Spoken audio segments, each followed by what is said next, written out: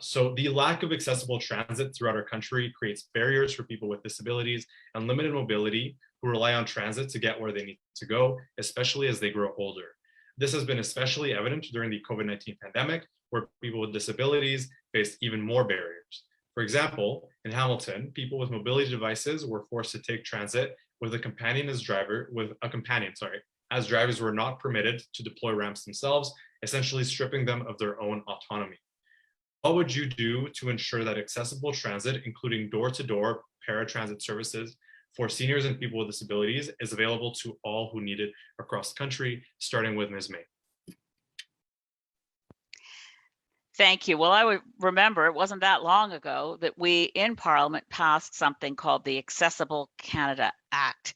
It promises to deliver zero barriers for all Canadians for the things that people need and have a right to. And there's approximately 6.2 billion Canadians, there aren't 6.2 billion Canadians, 6.2 million Canadians who are disabled. And I'm suffering the feeling of it, fortunately for me, on a temporary basis, because I just had a knee replacement.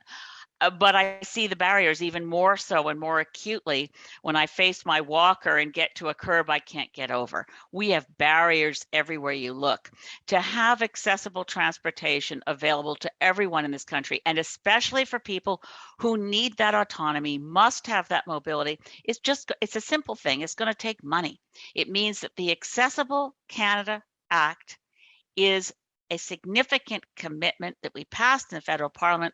Making it real will require substantial funding. So it's an implementation on an act we've already passed that says this chunk of it starts with an audit.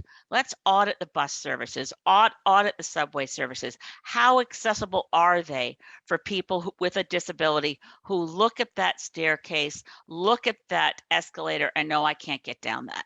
We have to do the audit, and then we have to take it apart piece by piece until we achieve what we said we would mean to do when we passed the Accessibility Act, which is zero barriers. Thank you, Ms. May. Mr. Lewis?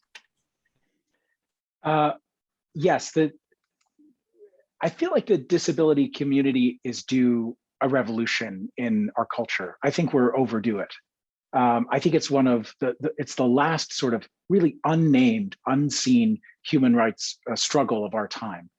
Canada needs a reckoning with how people with disabilities are discriminated against. Programs for people with disabilities are always the worst funded and the first to be cut. Transit is just one area where it's needed, but the fact that disability benefits legislate people into poverty, just like all social assistance, is a deep shame for all levels of government.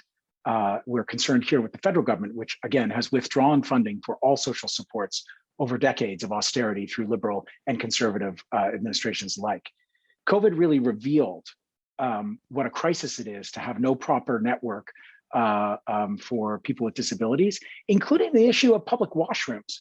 This was something that I think really helped communicate for people what people with disabilities live with all the time, relying once again, as we do in our society, on private businesses to satisfy a basic human need. When restaurants closed their washrooms in the pandemic, it was people with disabilities, precarious gig workers who were the most affected. Small municipalities and small cities simply do not have the resources to do this work. Accessible washrooms, accessible vehicles are very expensive. Once again, it is the federal government with the power and the resources to step up and do this. And I think it's Elizabeth's point about having an illness and a temporary disability is really resonant. When we make transit more accessible, everybody benefits. When we make transit universally accessible, it helps everyone, whether you've just had a knee surgery or whether you have a permanent visible or invisible disability. It's in the interest of society at large. Thank you, Mr. Lewis. And sorry, I realized I accidentally switched the order through which we were going, so I'll let Mr. Wilkinson go ahead. Sure. So I would agree actually with the bulk of what both Mr. Lewis and Ms. Nay said. Clearly, it needs to be a priority going forward to ensure that we are actually making public services accessible. We have put in place a lens with respect to all of the infrastructure spending going forward that ensures that those issues are actually addressed early on in the process. But obviously, this is far broader than public transit. It's far broader even than public services. And we need to be thinking about how we go back and look at the existing infrastructure that is in place to ensure that it offers opportunities for people with disabilities. And that's partly the role of government, for sure, the federal government and the provinces, but it's also the role of others. I mean, one of the champions on this issue is Rick Hansen in terms of the development of standards with respect to ability.